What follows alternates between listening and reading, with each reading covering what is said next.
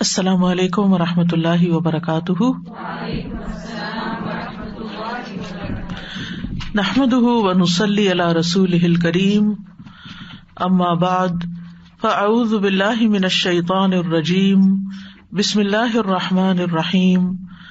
رب اشرح لی صدری ویسر لی امری واحلل عقدۃ من لسانی یفقہوا قولی۔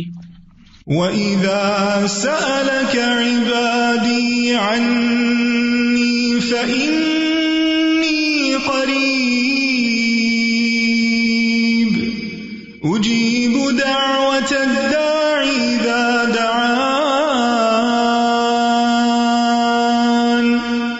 فَلْيَسْتَجِيبُوا لِي وَلْيُؤْمِنُوا بِي لَعَلَّهُمْ يَرْشُدُونَ۔ اور جب میرے بندے آپ سے میرے بارے میں سوال کریں تو کہہ دیجئے بے شک میں قریب ہوں، میں پکارنے والے کی پکار کا جواب دیتا ہوں جب وہ مجھے پکارے۔ تو ان کو چاہیے کہ یہ میرا حکم مانیں اور مجھ پر ایمان رکھیں تاکہ وہ ہدایت پائیں۔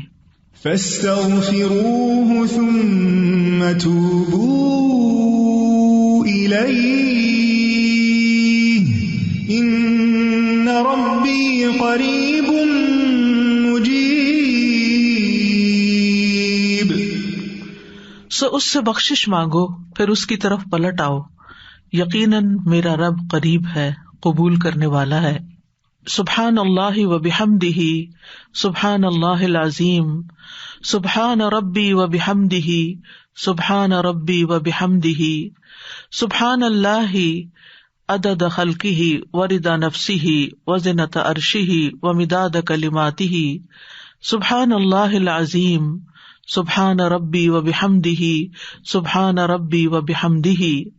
اللہم صلی علی محمد وعلی آل محمد کما صلیت علی ابراہیم وعلی آل ابراہیم انک حمید مجید۔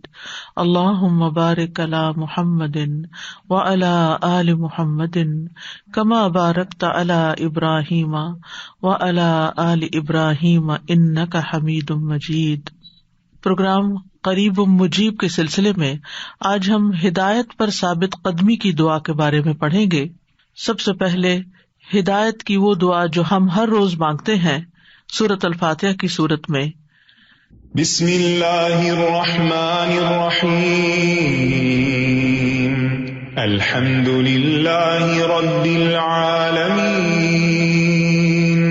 الرحمن الرحیم، مالک یوم الدین، ایاک نعبد و ایاک نستعین،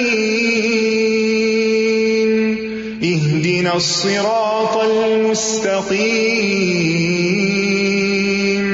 صراط الذین انعمت علیہم غیر المغضوب علیہم ولا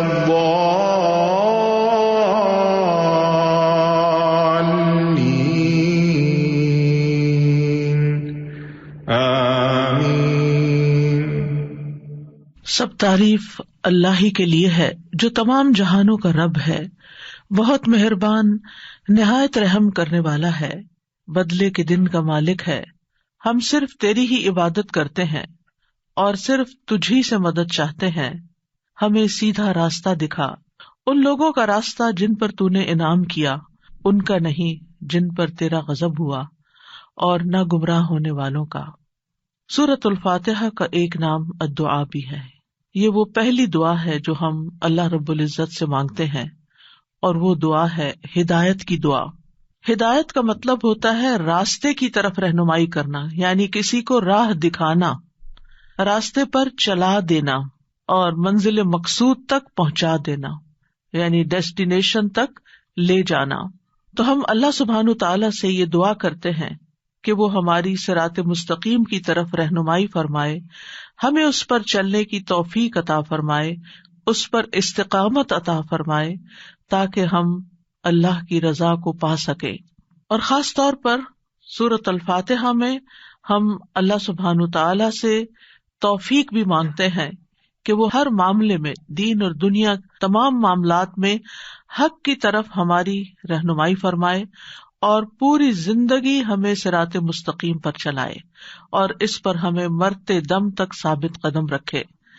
یعنی ہمیں کیا کرنا چاہیے، کیا نہیں کرنا چاہیے، وہ ہمیں الہام کر دے، ہمارے دلوں میں ڈال دے. ایک تو وہ ہدایت ہے جو ہمیں قرآن و سنت سے ملتی ہے جو دین کے معاملات میں ہے، لیکن ہم دنیا کے معاملات میں بھی صحیح رستے کی طرف جانے کے لیے اللہ تعالیٰ سے رہنمائی طلب کرتے ہیں. ہم ہر وقت اللہ سبحانہ تعالیٰ سے یہ توفیق مانگتے ہیں کہ ہمارا ہر فیصلہ اور ہمارا ہر ڈیسیژن خیر و بھلائی کا ہو، ہمیں صحیح اور خیر پر مبنی فیصلے کرنے کی توفیق عطا فرمائے تاکہ ہم اس دنیا کا سفر آسانی سے طے کر سکیں اور ہم اپنی منزل جنت تک پہنچ سکیں. تو ہدایت مانگنے سے مراد حق کی معرفت مانگنا ہے، حق کو پہچاننے کی صلاحیت مانگنا ہے اور پھر اس پر عمل کرنے کی دعا بھی ہے. یہ ابن سودا کہتے ہیں کہ اللہ تعالیٰ کا یہ فرمان کہ اہدنا الصراط المستقیم کا مطلب ہے ہمیں سیدھے راستے کا بتا دے، اس کی طرف ہماری رہنمائی کر دے، اور یہ ہے حق کی معرفت حاصل کرنا اور اس پر عمل کرنا. یعنی سیدھے راستے کی طرف جانا بھی اور پھر سیدھے راستے کے اوپر جمنا بھی، دونوں چیزیں آ جاتی ہیں. راستے کی طرف ہدایت کا مطلب یہ ہے کہ ہمیں اسلام کی رہنمائی نصیب ہو، یعنی ہم اسلام کے راستے پر آ جائیں اور پھر اسلام کے علاوہ باقی تمام چیزوں کو ہم چھوڑ دیں اور صرف دین اسلام کو لازم کر لیں. اور پھر اس کے بعد جب دین اسلام میں داخل ہو جائیں تو پھر دین کی تمام اقسام جو ہیں ان کے اندر جو دینی رہنمائی کی تفصیل ہے، ڈیٹیل ہے، یا رب ہمیں وہ بھی پتہ چل جائے. یعنی ایک ہے دین کی طرف آنا، الحمدللہ ہم سب بورن مسلمز ہیں، اور بہت سے ایسے لوگ ہیں جن کو اللہ تعالیٰ نے اسلام کی طرف ہدایت دے دی، وہ مسلمان ہو گئے، اسلام میں داخل ہو گئے. لیکن داخل ہونے کے بعد بھی ہمیں ہدایت چاہیے ہوتی ہے، اور وہ ہدایت کیا کہ ہمیں دین کی جو مختلف معاملات ہیں، جو اس کی تفصیلات ہیں، ان کا بھی علم ہو. مثال کے طور پر مسلمان ہو گئے، اب نماز پڑھنی ہے، نماز کیسے پڑھنی ہے، اس کے لیے ہمیں پوری رہنمائی چاہیے. یعنی تکبیر تحریمہ سے لے کر سلام پھیرنے تک ایچ اینڈ ایوری اسٹیپ کو کس طرح ادا کرنا ہے، اس کے لیے ہمیں پراپر رہنمائی چاہیے. بعض اوقات ہم کہتے ہیں نا کہ ہم تو پہلے سے ہی مسلمان ہیں، ہم تو ہدایت کے راستے پر ہیں، اب ہمیں کون سی ہدایت چاہیے، ہم تو آلریڈی ہدایت پر ہیں. نہیں، ہمیں ہر لمحے ہدایت چاہیے ہوتی ہے کہ ہمیں صحیح علم بھی ملے اور پھر ہمیں اس علم پر عمل کرنے کی توفیق بھی الہام کی جائے، ہمارے اندر اس رستے کی محبت بھی ہو اور وہ ہم کر بھی سکیں. کیونکہ بہت سارے لوگ ایسے ہوتے ہیں کہ جن کو دین کا بہت سا علم ہوتا ہے، انہیں ہر طرح کی باتیں پتہ ہوتی ہیں، لیکن عمل کی کوئی توفیق نہیں ہوتی، یا 4 دن عمل کرتے ہیں اور پھر اس کے بعد اس عمل کو چھوڑ دیتے ہیں. رمضان آئے تو مسلمان بن جاتے ہیں، رمضان جائے تو پھر ان کی زندگی ویسی کی تیسی ہو جاتی ہے جیسے رمضان سے پہلے تھی. گویا رمضان میں ان کا رب کوئی اور تھا اور رمضان کے بعد کوئی اور رب ہو گیا. ایسا تو نہیں ہے نا، ہمارا رب تو وہی ہے، ایک اکیلا رب کہ جس کو ہم نے رب مان کر اس کی ہدایت کو قبول کیا، اور پھر اب ہم پر لازم ہے کہ ہم اس کی رہنمائی کے مطابق ہی پوری زندگی کا سفر یہ طے کریں، حتیٰ یأتیک الیقین، یہاں تک کہ اپنے رب کو جا ملیں. تو جتنی بھی دعائیں ہیں ان دعاؤں میں سب سے زیادہ جامع دعا جو ہے اور مفید دعا جو ہر بندے کی ضرورت ہے اور جو ہر بندے پر لازم ہے، واجب ہے کہ اپنی نماز کی ہر رکعت میں یہ مانگے، یعنی یہ دعا آپ پر مانگنا لازم کر دی گئی ہے، اور وہ ہے ہدایت کی دعا، کیونکہ انسان کو اس کی بہت زیادہ ضرورت ہوتی ہے. ہدایت کی کچھ اقسام بھی ہیں، ان میں سے ایک تو عام ہدایت ہے جو تمام کائنات کو حاصل ہے، یعنی اللہ سبحانہ تعالیٰ نے جس چیز کو بھی پیدا کیا اس کی رہنمائی کی کہ اس نے کیا کام کرنا ہے. یہ ہے ایک عام ہدایت. مثلاً جانور ہیں، پرند چرند ہیں، پودے درخت، سب کو پتا ہے کہ ان کا کیا کام ہے، وہ کیوں پیدا کیے گئے، ان کو اپنا پرپز آف لائف پتا ہے اور وہ دن رات اسی میں لگے ہوئے ہیں. جس طرح اللہ تعالیٰ نے ان کو رہنمائی دی ہے وہ اس سے ہٹتے نہیں ہے، وہ اپنی مرضی نہیں کرتے، جس دائرہ کار میں ان کو رکھا گیا وہ اسی میں رہتے ہیں. الذی خلق کل شیء ثم ھدی، اللہ تعالیٰ نے ہی پیدا کیا اور پھر ہدایت بھی دی. والذی قدر فھدی، اللہ نے مقدر کیا، تقدیر بنائی، پھر رہنمائی بھی کی. تو یہ تو سب کے لیے. اسی طرح یہ بنیادی رہنمائی انسان کو بھی حاصل ہے کہ مثلاً جب بچہ پیدا ہوتا ہے تو آپ دیکھیں کہ وہ روتا ہے اور اگر ماں کے سینے کے ساتھ لگایا جائے تو فوراً دودھ چوسنے لگتا ہے. یہ اس کو کس نے سکھایا؟ یہ اللہ تعالیٰ نے اس کی رہنمائی کی اور اس کی فطرت میں، انسٹنکٹ میں الہام کر دیا کہ اس نے اپنا رزق کہاں سے حاصل کرنا ہے، اور جب اس کو بھوک لگے تو اس نے رونا ہے. یعنی ماں تو نہیں سکھاتی کہ تم رو کر مجھے بتاؤ کہ تمہیں بھوک لگی ہے.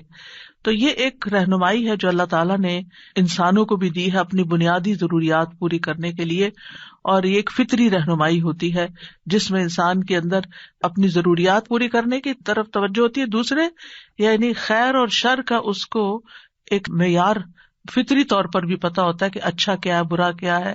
اور پھر اس کے بعد دوسری ہدایت اللہ تعالیٰ کی طرف سے آتی ہے، وہ ہے رہنمائی کی ہدایت جو اللہ تعالیٰ نے انبیاء اور رسولوں کو اتار کر نشانیوں، کتابوں، معجزات کے ساتھ انسانوں کی مدد کی اور ان کی رہنمائی کی تاکہ ان کو کفر اور شرک کے اندھیروں سے نکال کر ایمان اور ہدایت کے نور کی طرف لے جائیں.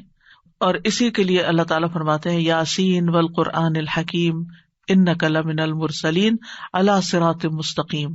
اور پھر سورۃ شورى میں آتا ہے وَإِنَّكَ لَتَهْدِي إِلَىٰ صِرَاطٍ مُسْتَقِيمٍ، کہ یقیناً آپ لوگوں کو صراط مستقیم کی طرف رہنمائی کرتے ہیں. تیسری قسم کی ہدایت توفیق کی ہدایت ہے، اور یہ صرف اللہ سبحانہ تعالیٰ کے ساتھ خاص ہے. یعنی دین کی ہدایت پیغمبر دیتے ہیں، علم کی ہدایت علماء دیتے ہیں، لیکن توفیق کی ہدایت، ہدایت توفیق جس کو کہتے ہیں، وہ صرف اور صرف اللہ سبحانہ تعالیٰ ہی کسی کو دیتا ہے، اور اللہ ہی بندے کو نیکی کے رستے پہ چلنے کی توفیق اور رہنمائی کرتا ہے. اور جس کو چاہتا ہے ایمان کی طرف رہنمائی دیتا ہے، جس کو چاہتا ہے کفر کی طرف دیتا ہے.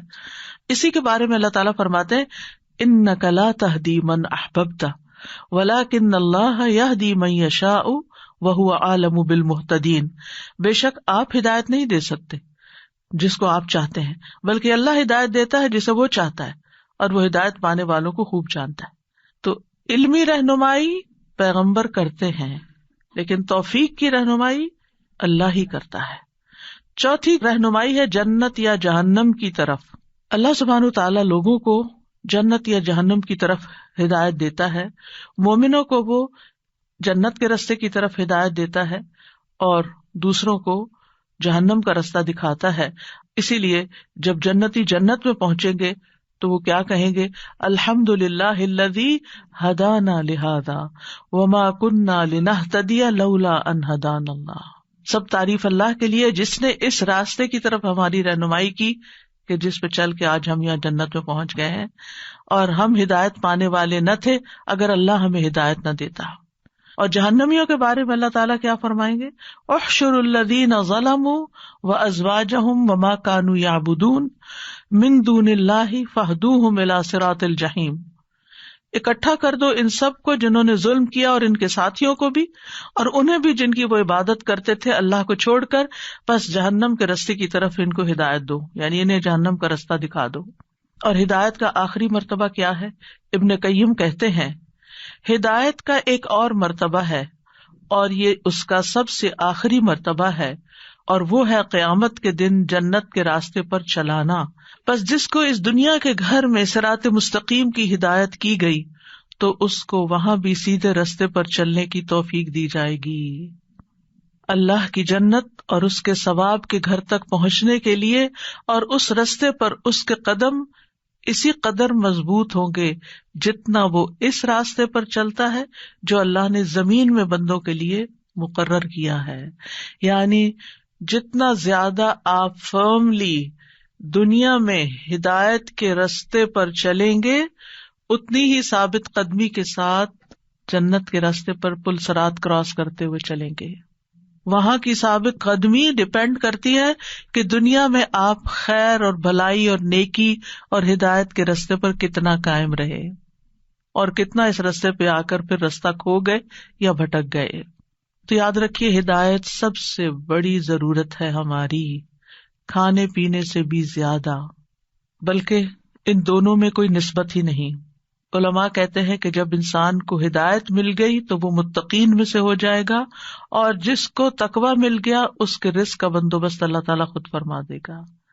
وَمَن يَتَّقِ اللَّهَ يَجْعَل لَّهُ مَخْرَجًا وَيَرْزُقْهُ مِنْ حَيْثُ لَا يَحْتَسِبُ، جو اللہ سے ڈرے گا اللہ اس کے لیے نکلنے کا کوئی راستہ بنا دے گا اور اسے وہاں سے رزق دے گا جہاں سے وہ گمان بھی نہ کرتا ہوگا، اس کی سوچ میں بھی نہ ہوگا. تو گویا جب انسان اللہ کے راستے پر چلتا ہے، ہدایت کے راستے پر چلتا ہے اور اس کو اپنی دنیا پر ترجیح دیتا ہے تو اللہ سبحانہ وتعالیٰ اس کی دنیا کا ذمہ بھی خود لے لیتا ہے.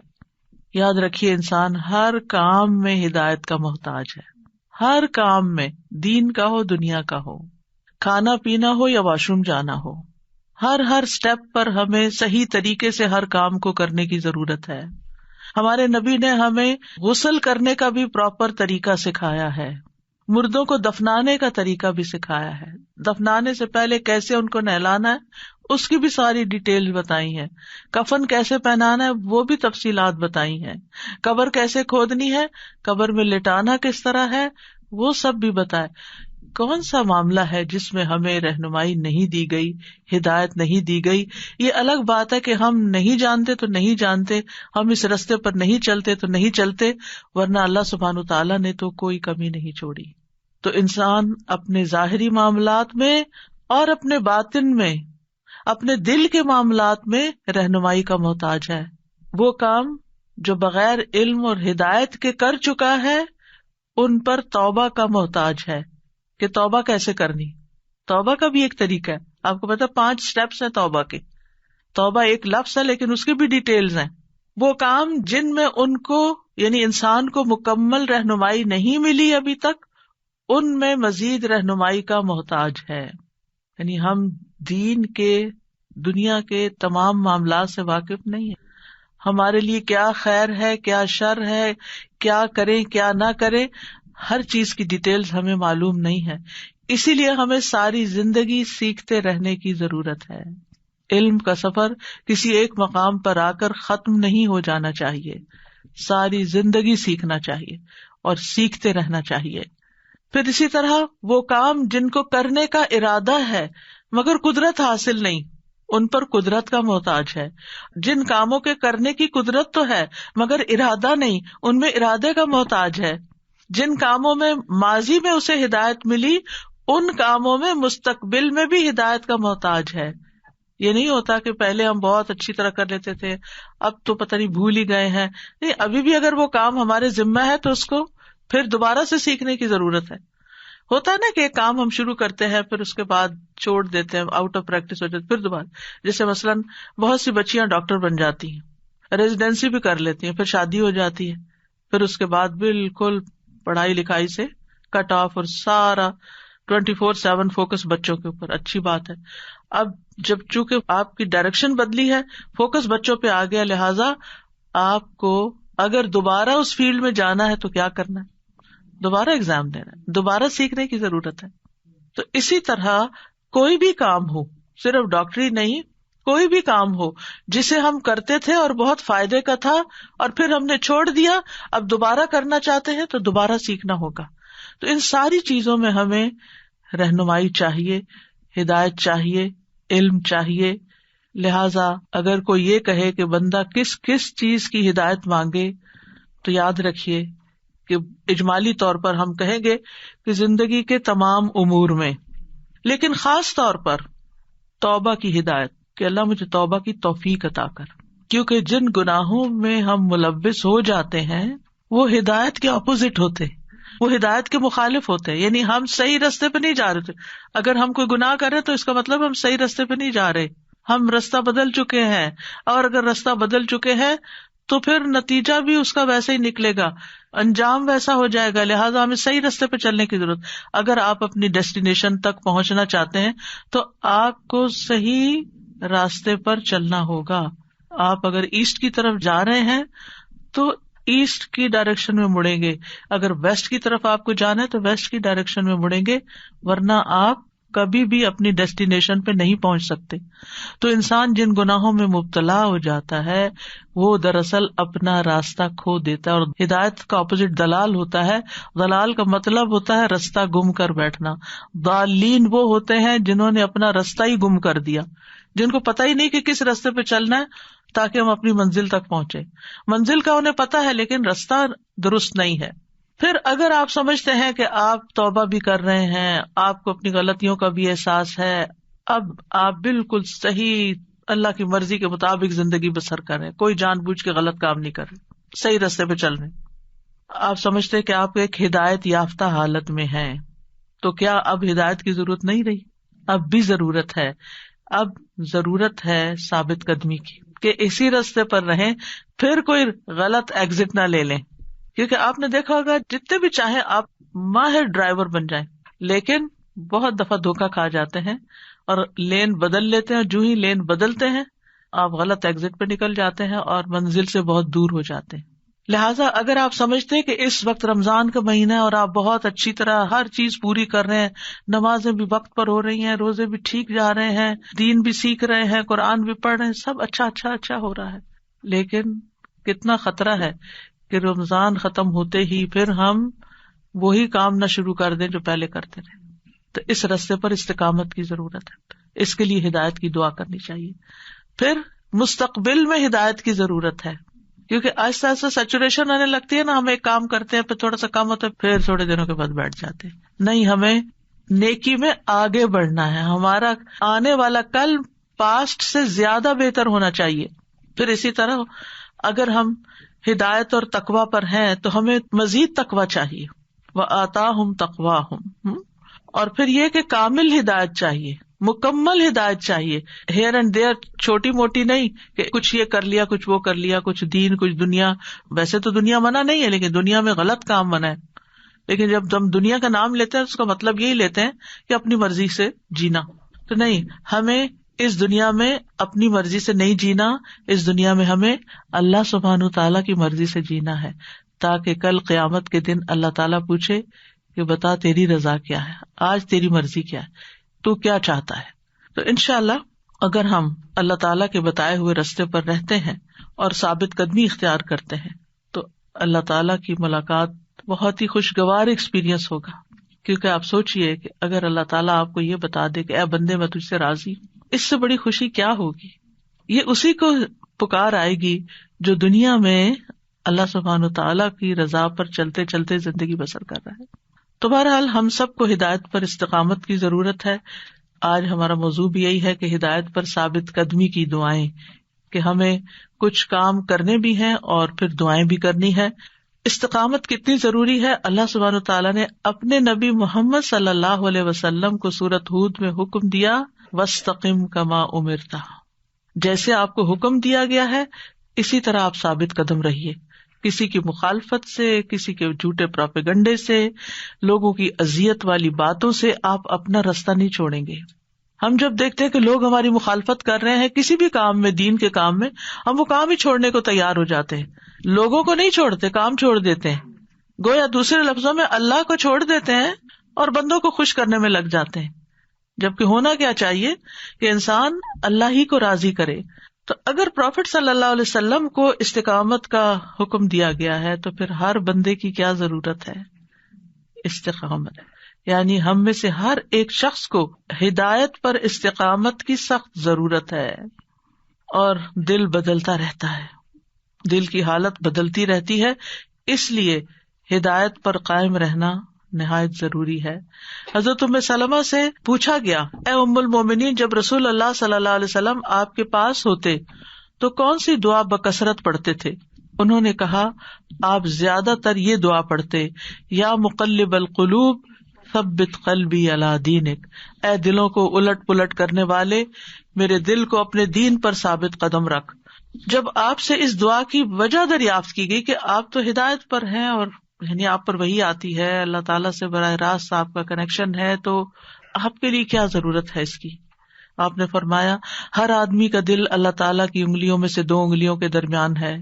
اس کی مرضی ہے کہ جس کو چاہے راہ ہدایت پر ثابت رکھے, جس کو چاہے گمراہ کر دے. اور اس سے بہت ڈر لگتا ہے, کیونکہ بعض اوقات جب یہ سننے میں آتا ہے کہ کوئی شخص دین میں بہت آگے تھا اور پھر اس نے سب کچھ چھوڑ دیا اور دوسری راہ پہ نکل گیا, تو بہت دکھ ہوتا ہے اور اپنی ذات کی پریشانی لگ جاتی کہ اللہ تو ہمیں ثابت قدمی عطا فرمانا.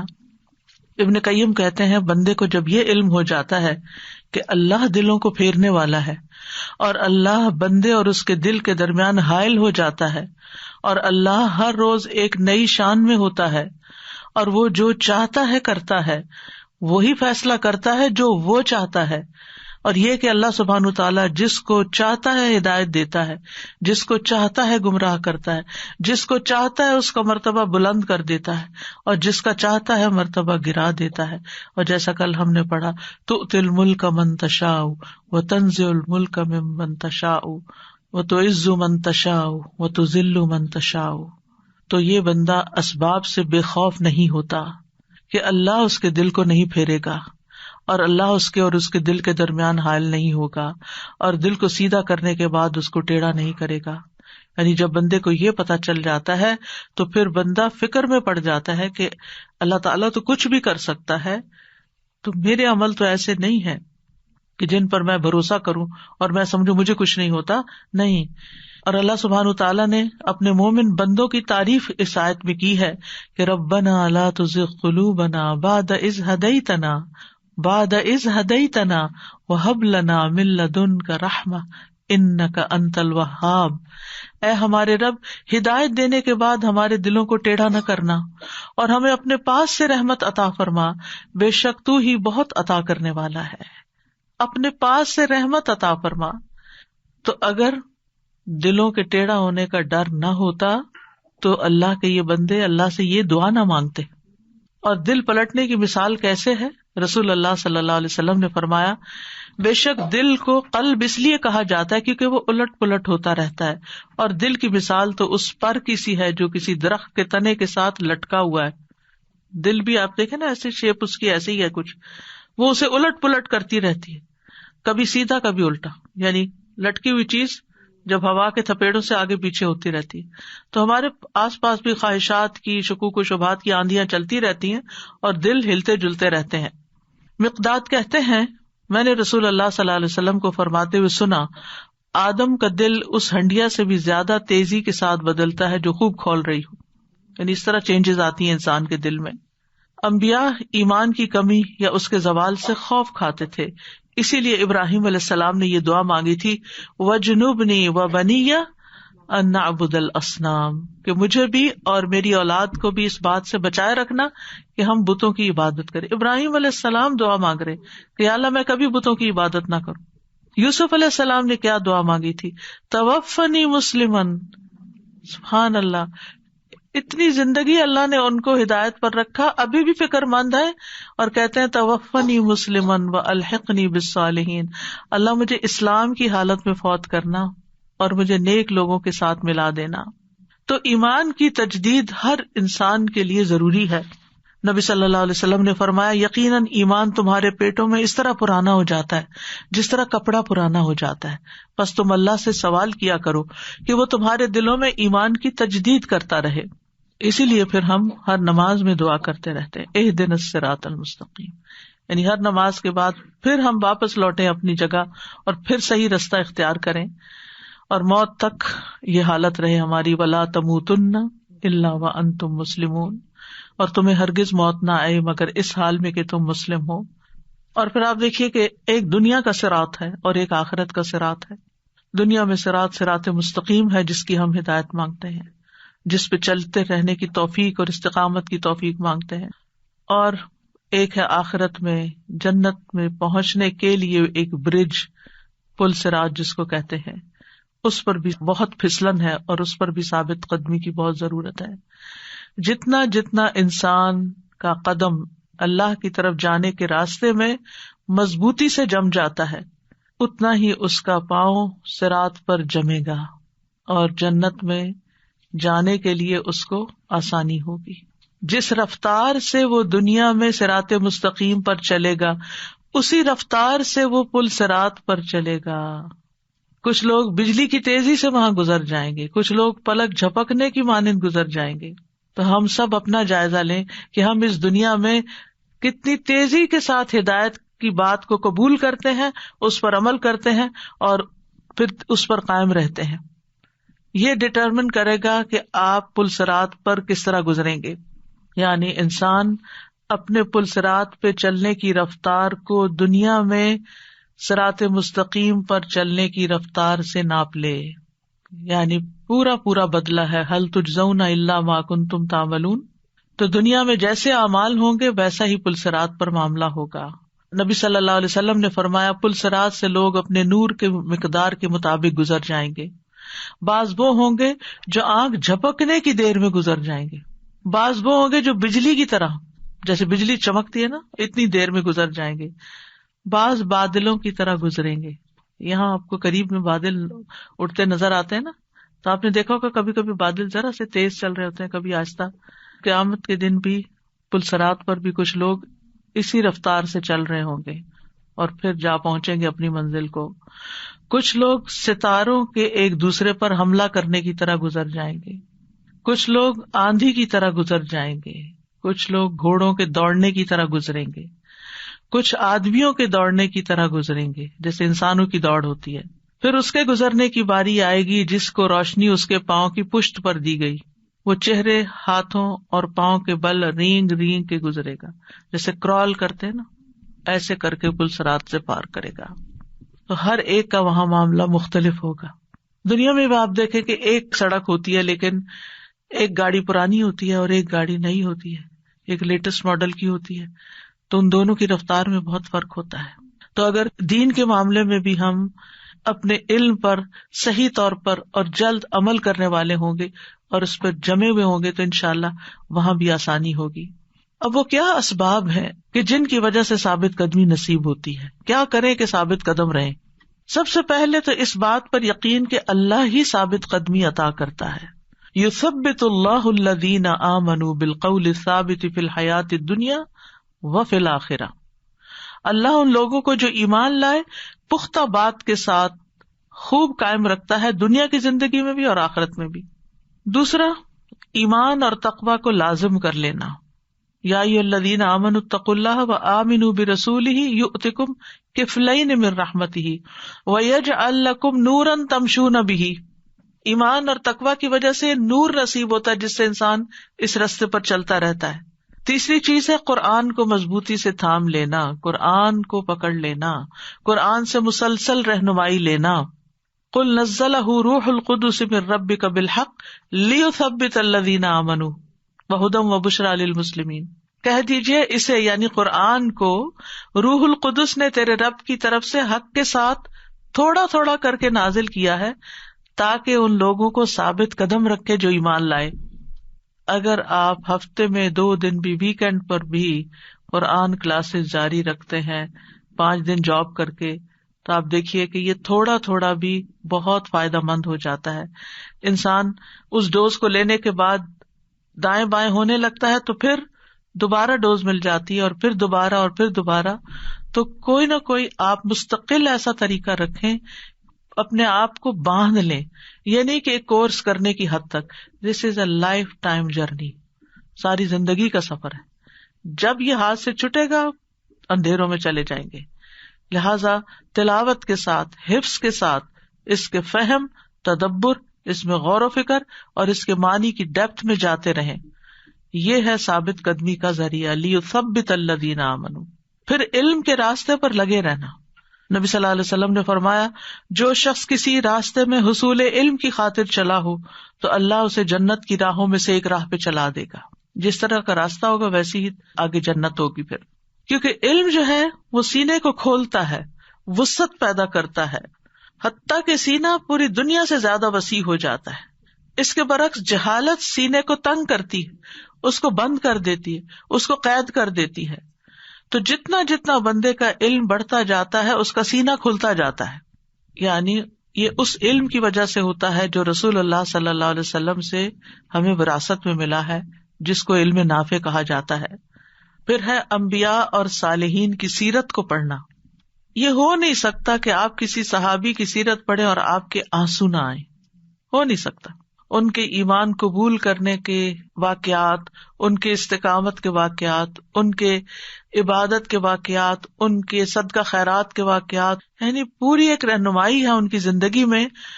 خواتین ہوں یا مرد حضرات ہوں، صحابہ میں سے جو بھی ہوں، صحابیات ہوں، صحابہ کرام ہوں، ان کی زندگیاں ہمارے لیے مشعل راہ ہیں اور ہمارے لیے عمل کرنے کو آسان کر دیتے ہیں.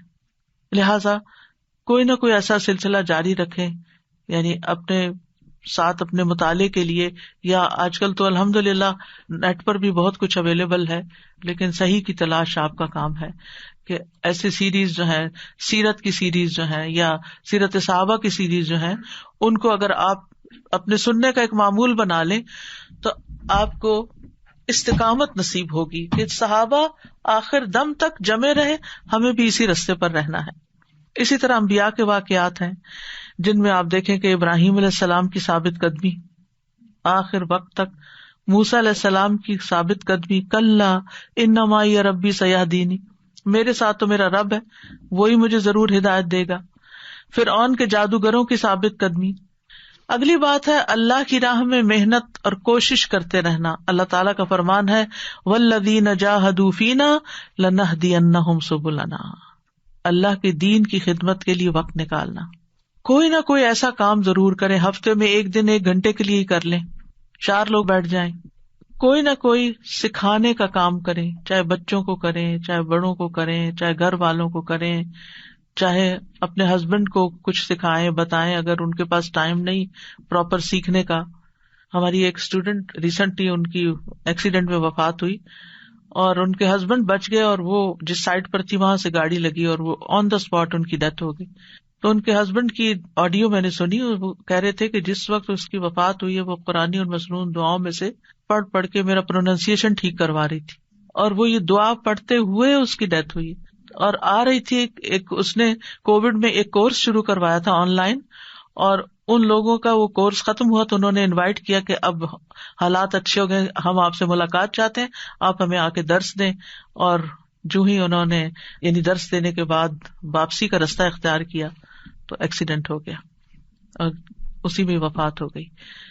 تو اب دیکھیے کہ وہ موقع بھی اس بچی نے جانے نہیں دیا کہ میں اس وقت بھی اور کسی کو نہیں تو اپنے ہسبینڈ کو ہی سکھا دوں. کتنا مشکل کام ہے، لیکن اس کے لیے آسان ہے جس کے لیے اللہ چاہے. ہماری محبت کا تقاضا کیا ہے کہ ہم جو خیر خود سمیٹتے ہیں اس میں سے ان کے ساتھ بھی شیئر کریں، اور جب آپ عاجزی اور محبت کے ساتھ کریں گے تو ضرور وہ بھی لیں گے، کیونکہ ہم استاد بننے کی کوشش کرتے ہیں جو کہ درست نہیں. تو اگر ہم آرام سے، پیار سے، محبت سے ان کے ساتھ وہ علم شیئر کریں گے جو ہم لیتے ہیں تو انشاءاللہ ان کو بھی فائدہ پہنچے گا. یعنی دنیا میں کوئی ایک بندہ بھی آپ کو ایسا نہیں ملتا کہ جس کے ساتھ آپ نالج شیئر کر سکیں، کیونکہ اس شیئرنگ کے ساتھ آپ کے اندر استقامت آتی ہے، موٹیویشن آتی ہے، اور آپ کا علم پختہ ہوتا ہے.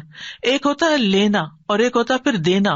جب آپ دینے لگتے ہیں تو پھر آپ جم جاتے ہیں، پھر آپ کو خود بھی اس میں لطف آنے لگتا ہے، پھر آپ اس رستے میں اور کوشش کرتے ہیں، مزید سیکھتے ہیں.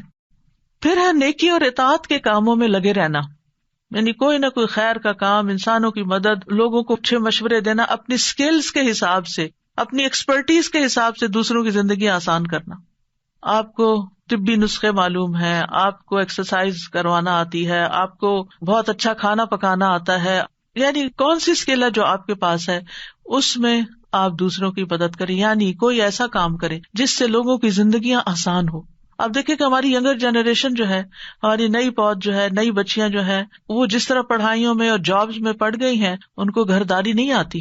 اب ان کو گھرداری سکھانا، کیونکہ ایک عورت کا گھر بنتا نہیں جب تک وہ گھر کو گھر نہیں سمجھتی یا گھر چلانا نہیں جانتی. یعنی آپ کسی بھی گھر میں مہمان کی طرح نہیں رہ سکتے، آپ کو اس کو اون کرنا پڑتا ہے. اور جب آپ کسی چیز کو اون کرتے ہیں تو پھر آپ کو ٹیک کیئر کرنی پڑتی ہے، اس کی رسپانسبلٹی لینی پڑتی ہے، اور اس کام کو کرنے کا پھر طریقہ سیکھنا پڑتا ہے.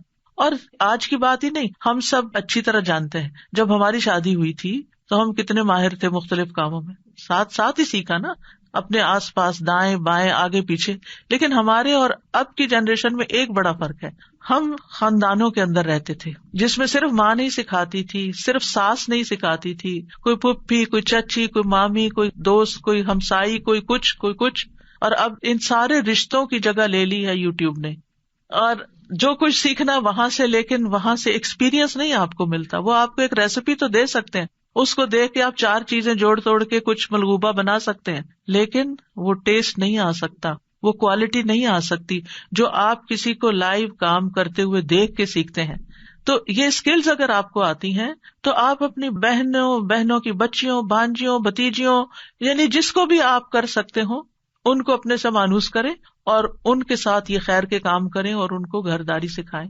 حتیٰ کہ رواداری یعنی رشتوں کو کیسے نبھانا ہے یہ بھی نہیں آتا, یعنی بہت پیچھے چلے گئے. خاندانی زندگی ہماری بہت کمزور ہو گئی ہے, فیملی لائف بہت ویک ہو گئی ہے, رشتوں کی پہچان نہیں. خود ہم اپنے آپ کو دیکھیں, کیا ہمیں اپنے بہنوں بھائیوں کے بچوں کے نام آتے, اور اگر ان کے آتے ہیں اور اگر ان کے آگے بچے تو ان کے آتے نہیں. یہ قریبی رشتے ہیں جو وراثت میں بھی حصے دار بن جاتے ہیں, لیکن ہمیں ان کی بھی پہچان نہیں رہی. تو جب پہچان ہی نہیں رشتوں کی تو صلہ رحمی کہاں سے کریں گے, اور صلہ رحمی نہیں تو زندگی میں برکت کہاں سے آئے گی.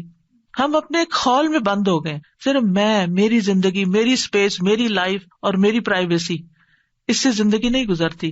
یہ زندگی پرائیویسی کے لیے نہیں ہے, یہ زندگی اگلی زندگی کو بہتر بنانے کے لیے, اور اس کے لیے آپ کو اپنی ذات میں بھی اصلاح کرنی ہے, اپنے خاندان میں بھی کرنی ہے, اپنی ایکسٹینڈیڈ فیملی میں بھی کرنی ہے, اپنی کمیونٹی میں بھی کرنی ہے, اور ایک مسلم امہ کے لیے بھی کام کرنا ہے. لیکن یہ سٹیپ بائی سٹیپ ہوتا ہے. پہلے ایک چھوٹا سرکل درست کیجیے, پھر اس کے بعد بڑا سرکل, پھر بڑا, پھر بڑا, پھر بڑا. کوئی بندہ بڑا کام نہیں کر سکتا جب تک وہ چھوٹا کام نہیں کرتا. 1000 میل کا سفر بھی پہلے سٹیپ سے ہوتا ہے. آپ ایک سٹیپ گھر سے نکالتے ہیں, پھر گاڑی پہ بیٹھتے ہیں, پھر جہاز پہ بیٹھتے ہیں, تو پھر آپ منزل پہ جا کے اترتے ہیں. تو یہ نہیں ہو سکتا کہ آپ گھر بیٹھے بیٹھے امیجنیشن میں کہیں پہنچ جائیں, یا آپ ویڈیو دیکھ لیں خانہ کعبہ کی اور بیٹھے بیٹھے عمرہ کر لیں. یہ نہیں ہوتا. تو آپ کو ان ساری جگہوں پر اپنے رولز پلے کرنے ہیں. یعنی آپ اپنے دائرہ کار جس کو کہتے ہیں نا, کہ آپ کا دائرہ, وہ سرکل کیا ہے جس کے اندر آپ نے یہ ساری ذمہ داریاں پوری کرنی ہے. اور جتنے بھی ہمارے رشتے بنتے ہیں ان سب رشتوں کو نبھانا ہے. اب عید کا موقع آ رہا ہے, بڑا اچھا موقع ہے کہ جن رشتوں کو آپ بڑے عرصے تک بھولے رہے ہیں, ان سے ملاقات نہیں کی, یا ان سے بات نہیں کی, یا ان کو مبارکباد نہیں بھیجی, یہ سارے کام آپ اب کر سکتے ہیں. یعنی جو ہی رمضان ختم ہو تو اب محنت کے تو آپ عادی ہو چکے ہیں, عید کا موقع ہے, اور عید کے ساتھ ہی آپ عید کے دن یا عید کے اگلے دن سے آپ ساری لسٹ پہلے سے بنا لیں. ہونی تو یہ چاہیے پہلے کی لسٹ, اور اب آپ دیکھنا شروع کر دیں کہ کس کے ساتھ کیا معاملہ کرنا ہے. لیکن یہ کہ اگر نہیں بنی ہوئی تو ہم سب کو اس کو آرگنائز کرنا چاہیے. رشتوں کی پہچان بھی ہونی چاہیے, اور پھر ان کے ساتھ ہم نے کیا کرنا ہے وہ بھی ہمیں لکھا ہونا چاہیے. صرف لکھ کے سو نہ جائیں بلکہ کریں بھی صحیح. پھر اس کے بعد یہ کہ اللہ تعالیٰ کے احکامات کی حفاظت کرنے سے اللہ کی حفاظت ملتی ہے. احفظ اللہ یحفظ کا. پھر ایک نیکی اگلی نیکی کا دروازہ کھولنے کا باعث بنتی ہے. ہشام بن عروہ سے مروی ہے, وہ اپنے والد سے روایت کرتے ہیں, وہ کہتے ہیں کہ جب آپ دیکھیں کہ ایک شخص نیک عمل کر رہا ہے تو جان لے کہ اس نیکی کے لیے اور بھی پیچھے نیک اعمال ہیں جس کی وجہ سے اس کو اس نیکی کی توفیق ملی ہے. یعنی ایسا نہیں ہوتا کہ اچانک ہی آپ کو کوئی لا کے کھڑا کر دے کہ اب نیکی کر لو, وہ بندے کو سمجھ ہی نہیں آئے گی میں نے نیکی کیا کرنی ہے.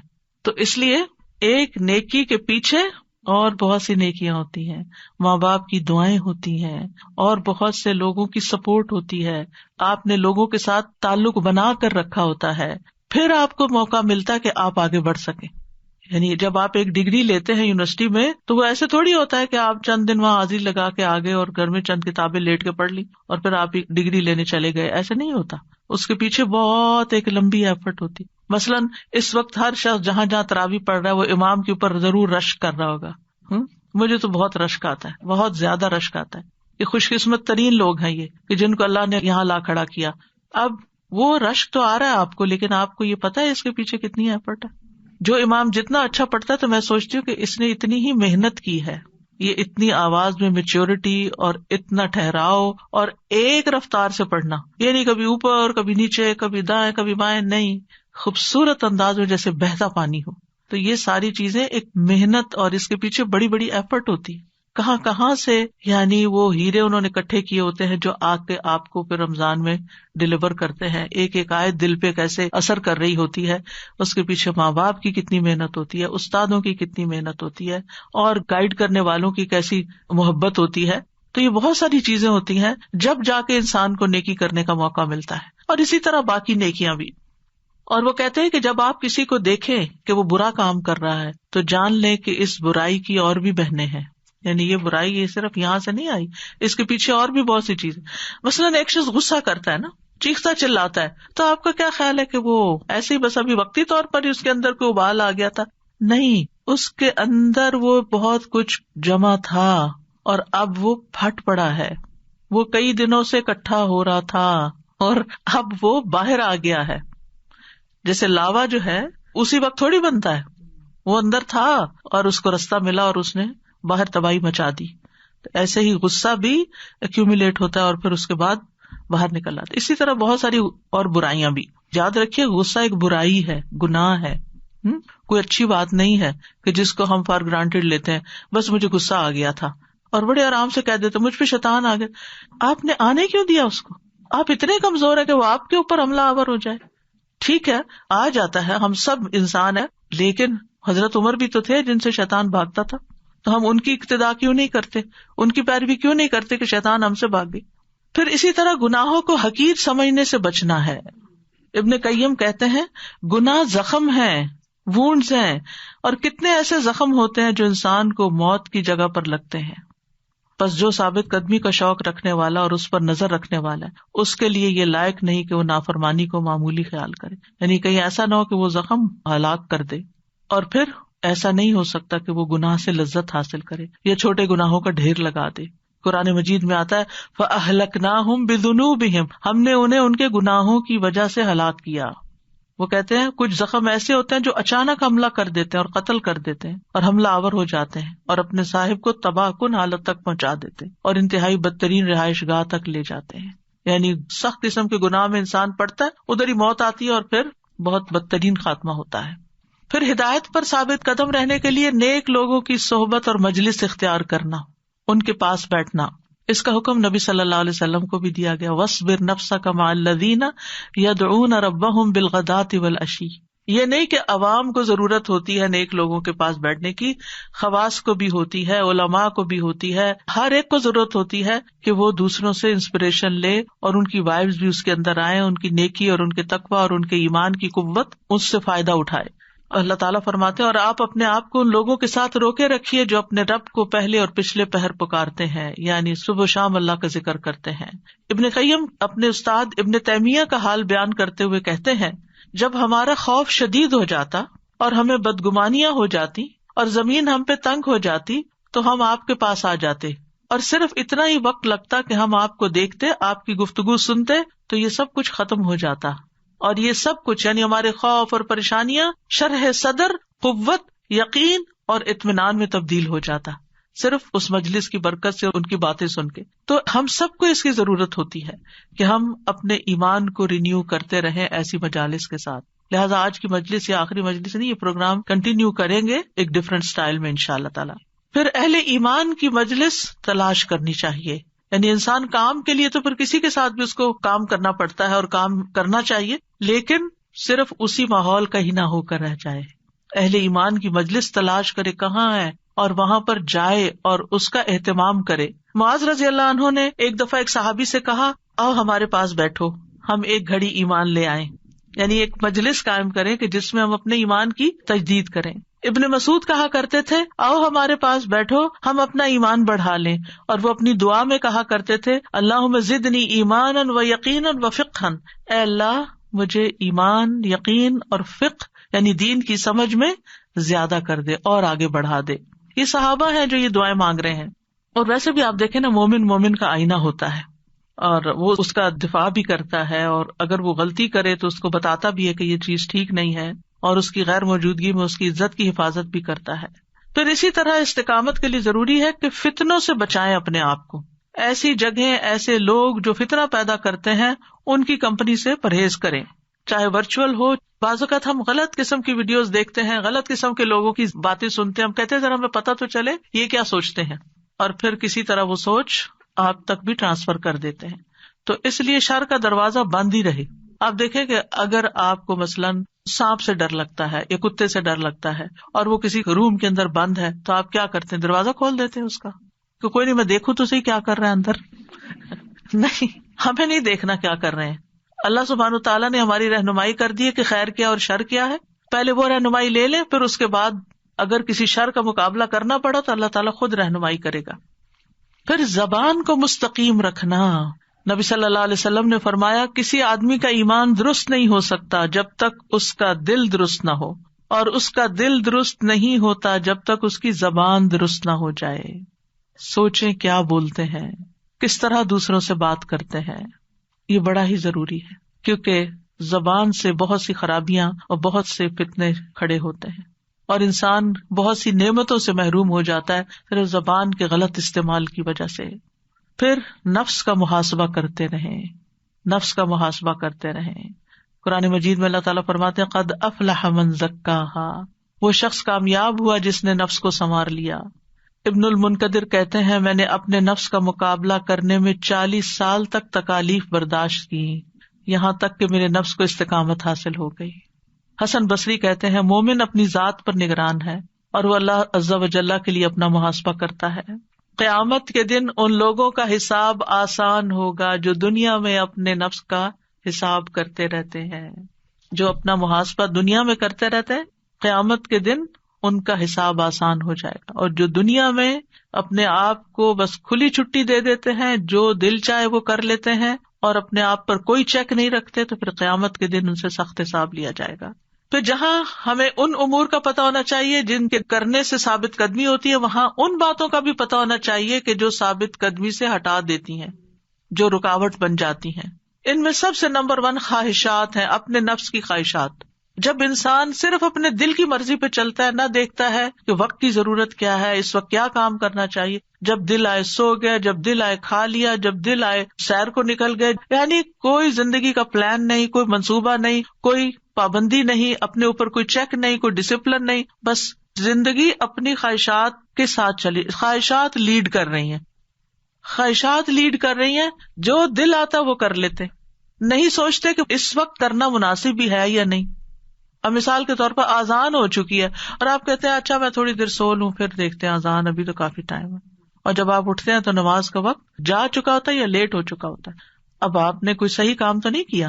یہ کیوں کیا آپ نے؟ اپنی خواہش پر چلتے ہوئے. اسی طرح اور بھی بہت ساری چیزیں ہیں. مثلاً ادھر نماز کا وقت ہو رہا تھا، ادھر آپ کہتے ہیں میں ذرا مارکیٹ سے کوئی چیز لے آؤں. بھئی آپ پہلے نماز پڑھے پھر آپ مارکیٹ چلے جائیں. تو اگر آپ دنیا میں اللہ تعالیٰ کی ذات کو پرائرٹی نہیں دیتے اور چیزوں کو دیتے ہیں تو پھر آپ کے ساتھ ویسا ہی معاملہ کیا جائے گا. پھر دوسری چیز ہے اللہ تعالیٰ کی آیات سے صاف نکل جانا، پڑھ سن سمجھ کے کچھ عمل نہ کرنا. پھر ہے خود پسندی اور لمبی آرزوئیں. خود پسندی، جو خود کر رہے ہیں بس وہی ٹھیک ہے، جو میرا طریقہ ہے بس یہی سب سے پسندیدہ ہے. بس اپنے طریقے پہ کام کرنا، چاہے 10 لوگ سمجھانے والے ہوں، کسی کی بات نہ سننا نہ سمجھنا. اور لمبی لمبی آرزویں رکھنا، یہ کر لیں گے وہ کر لیں گے، لیکن کرنا کرانا کچھ نہیں. پھر دنیا کی رنگینیاں. نبی صلی اللہ علیہ وسلم نے فرمایا تمہارے اوپر یقیناً دنیا برسا دی جائے گی، یہاں تک کہ تم میں سے کسی ایک کے دل کو کوئی چیز ٹیڑھا نہ کرے گی مگر دنیا کی مزید طلب، اور دنیا مل جائے اور اچھی ہو جائے اور اچھی ہو جائے. لہٰذا اسی میں ہی دل پھر حق سے، ہدایت سے، دین سے ہٹ جائیں گے. پھر بری ہم نشینی، برے کمپینینز جن کے اندر کوئی اللہ کا خوف نہیں، جن کی زبان کسی کنٹرول میں نہیں، جن کا کوئی دین ایمان نہیں، ان کی کمپنی انسان کو ہدایت سے دور کر دیتی ہے. قرآن مجید میں آتا ہے اور جس دن ظالم اپنے دونوں ہاتھ دانتوں سے کاٹے گا، یعنی قیامت کے دن انسان اپنے ہاتھوں کو اپنے ہی دانتوں سے کاٹے گا اور کہے گا اے کاش میں رسول کے ساتھ کچھ رستہ اختیار کرتا، ہائے میری بربادی، کاش میں فلاں کو دلی دوست نہ بناتا. فلاں سے مراد کوئی نان مسلم ہو سکتا ہے، کوئی بے دین انسان ہو سکتا ہے، کوئی غلط کام کرنے والا ہو سکتا ہے. بے شک اس نے تو مجھے نصیحت سے گمراہ کر دیا، یعنی اس کی باتوں نے تو مجھے حق سے ہی پھیر دیا اس کے بعد کہ وہ میرے پاس آ گئی تھی. یعنی مجھے ہدایت صحیح رستے کا پتہ چل گیا تھا، لیکن چونکہ میری فرینڈ کی پسند نہیں تھی لہٰذا میں اس پر نہیں چلی. اور شیطان ہمیشہ انسان کو چھوڑ جانے والا ہے، اور سب سے بری دوستی شیطان کی دوستی ہے جو انسان کو غلط رستے پہ لگا کے اس کے بعد دھوکہ دے جاتا ہے. اب ثابت قدمی کے فائدے کیا ہوتے ہیں؟ دنیا میں ہی خیر ملنے لگتی ہے انسان کو. اللہ تعالیٰ فرماتے ہیں وَأَلَّ بِاسْتَقَامُوا عَلَى الطَّرِيقَةِ لَأَسْقَيْنَاهُمْ مَاءً غَدَقًا. اور یہ وحی کی گئی کہ اگر وہ راستے پر قائم رہتے تو ہم انہیں ضرور بہت وافر پانی پلاتے. پانی سے مراد یہاں دنیا کی نعمتیں. پھر خوف اور غم سے نجات کا باعث ہے. سبحان اللہ. ثابت قدمی کی وجہ سے انسان خوف اور غم سے نکل آتا ہے. ان الذین قالوا ربنا اللہ ثم استقاموا فلا خوف علیہم ولا هم يحزنون اولئک اصحاب الجنۃ خالدین فیہا جزاء بما كانوا یعملون.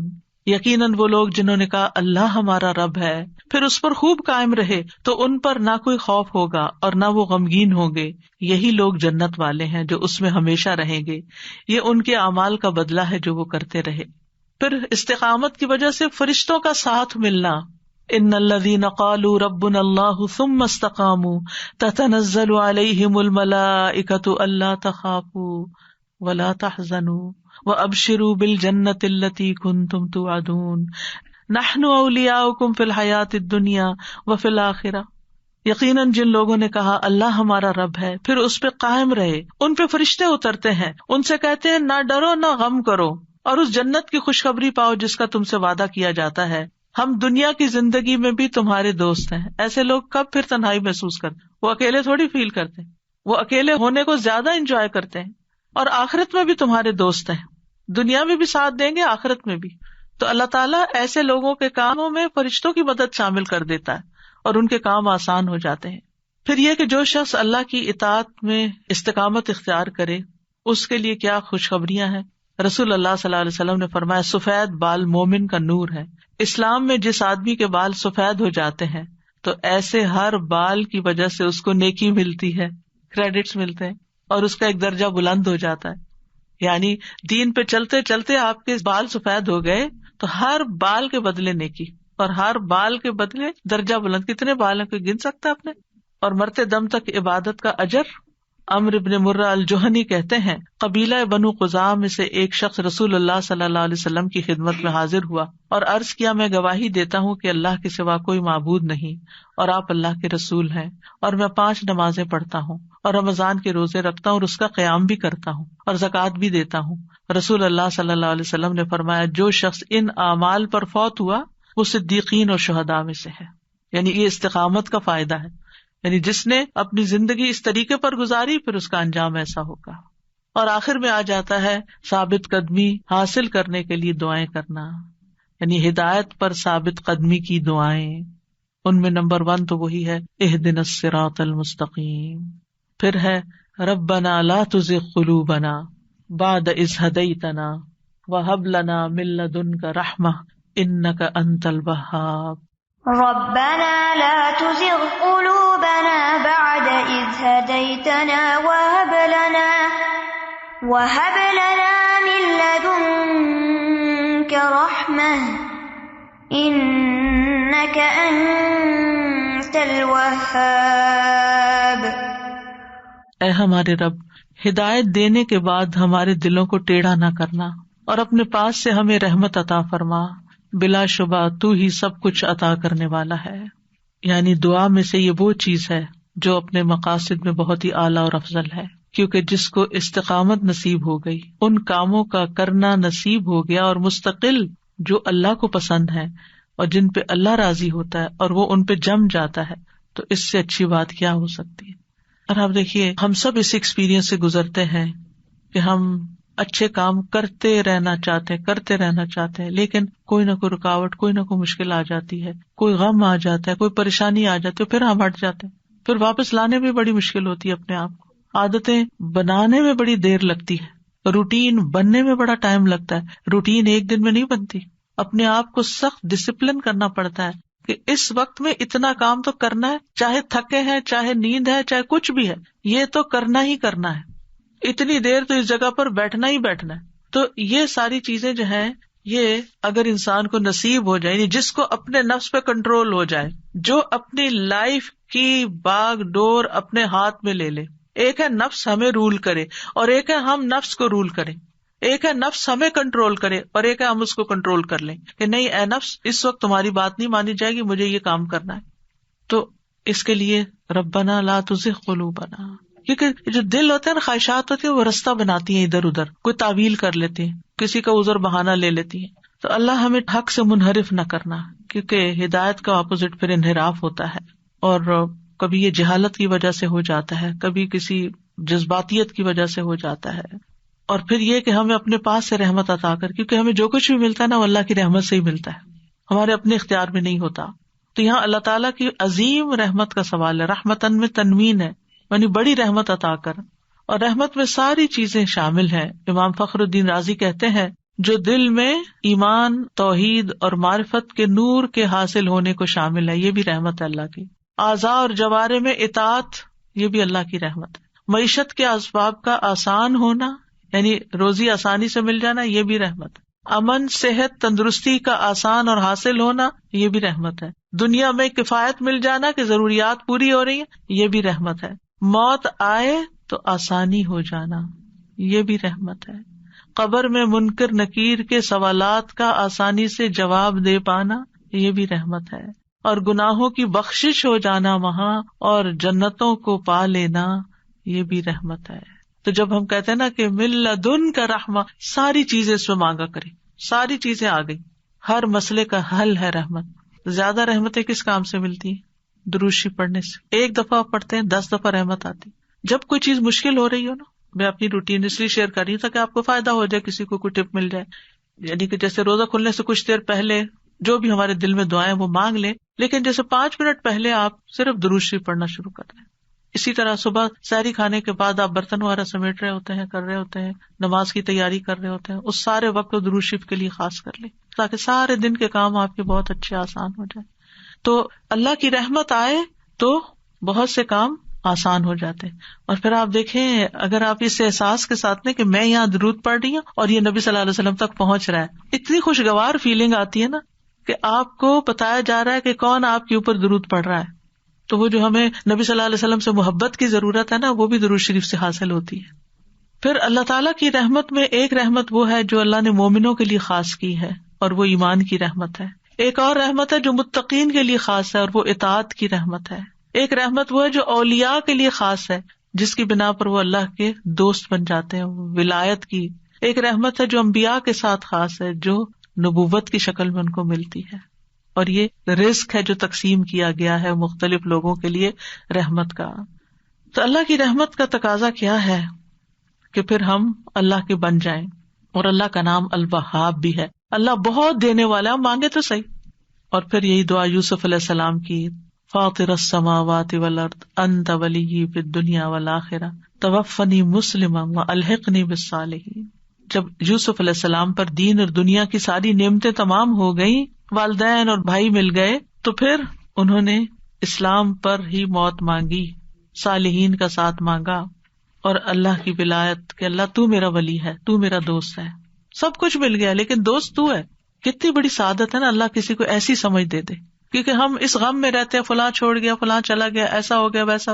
اللہ ہے نا, اور جس کو اللہ کی دوستی نصیب ہو جائے اس کے لیے کوئی غم نہیں رہتا. اللہ ہر کام میں اس کا مددگار ہو جاتا ہے. پھر ربنا افرغ علینا صبرا وتوفنا مسلمین. صبر کی کمی, اللہ صبر انڈیل دے ہمارے اندر, انڈیل دے تاکہ ہمارا دل بہادر ہو جائے, قوی ہو جائے, مضبوط ہو جائے, اور ہمیں اسلام کی حالت میں موت آئے. اور یہ فرعون کے جادوگروں نے دعا کی تھی جب وہ مسلمان ہو گئے تھے. پھر ایک اور دعا ہے, اللہم توفنا مسلمین واحینا مسلمین والحقنا بالصالحین غیر خزایا ولا مفتونین.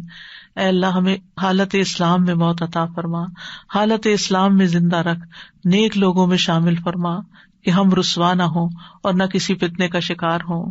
پھر یا مقلب القلوب ثبت قلبی علی دینک. اے دلوں کو الٹ پلٹ کرنے والے, میرے دل کو اپنے دین پہ جما دے. اللہم مصرف القلوب صرف قلوبنا علی طاعتک. اے اللہ دلوں کے پھیرنے والے, ہمارے دلوں کو اپنی اطاعت پر پھیر دے. اللہم انی اسألک الہدی والتقی والعفاف والغنی.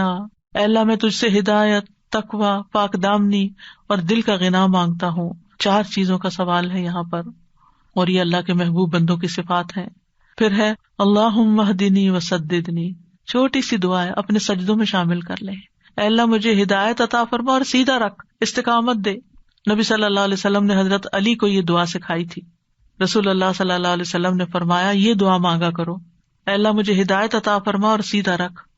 اور آپ نے یہ بھی ان کو بتایا کہ ہدایت کا نام لیتے وقت سیدھے رستے پر چلنے کو ذہن میں رکھو, اور سیدھا کرنے کے وقت تیر کے سیدھا ہونے کو پیش نظر رکھو, بالکل سیدھا ہی جاؤں, ادھر ادھر نہ ہو.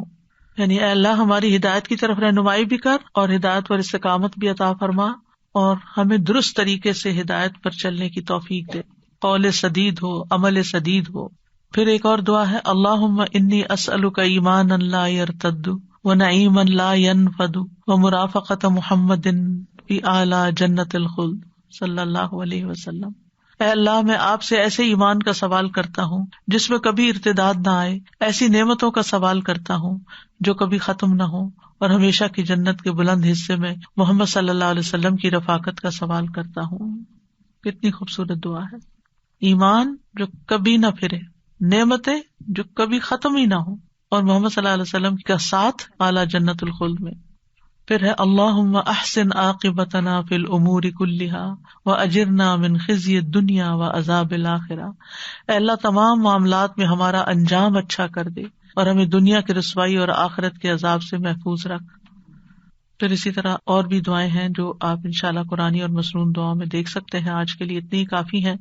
یہ جو نیک لوگوں کے ساتھ کی دعا ہے, یہ کارڈ اتنا خوبصورت چھپا ہوا ہے, آپ اپنے ڈریسنگ ٹیبل پہ بھی لگا سکتے ہیں کہیں بھی, اور دیکھ کر بھی یہ دعا پڑھ سکتے ہیں. زبان کی حفاظت کے لیے یہ کتاب ہے, احادیث ہیں اس میں, اور اس سے پتہ چلتا ہے کہ کتنا خطرناک ہے زبان کا غلط استعمال.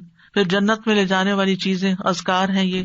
پھر غسل میت کا مسنون طریقہ اور وضو اور غسل کا طریقہ, یہ سارے پیمفلیٹس وغیرہ موجود ہیں, آپ کے پاس ہونے چاہیے, کیونکہ ایک دفعہ کا لیکچر سننے سے, ایک دفعہ سن لینے سے بات نہیں بنتی. آپ کو بار بار اس کو پڑھ پڑھ کے اپنے آپ کو چیک کرنے کی ضرورت ہوتی ہے کہ ہو گیا یا نہیں, ہو گیا یا نہیں.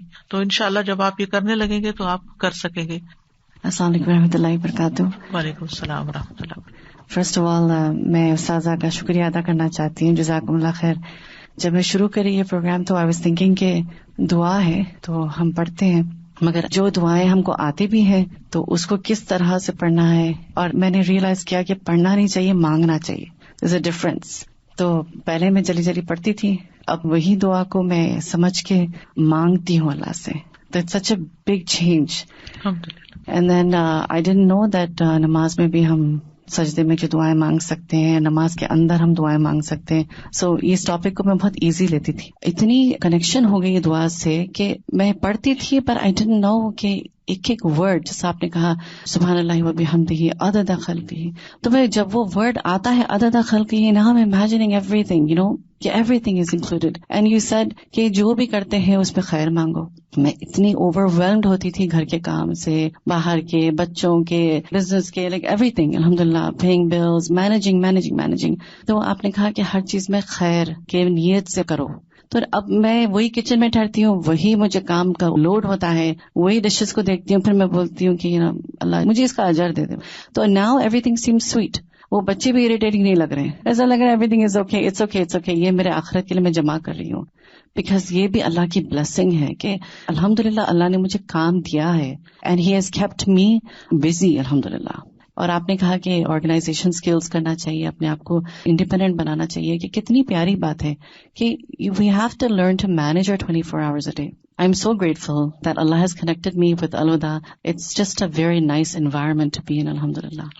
So, jazakallah khair. Alhamdulillah alladhi hadana li hadha wa ma kunna linahtadiya lawla an hadana Allah. Jazakumullahu khairan. Barakallahu feekum. wa akhiru da'wana alhamdulillahi rabbil alamin. Subhanakallahumma wa bihamdika ashhadu an la ilaha illa anta astaghfiruka wa atubu ilayk. Assalamu alaikum wa rahmatullahi wa barakatuh.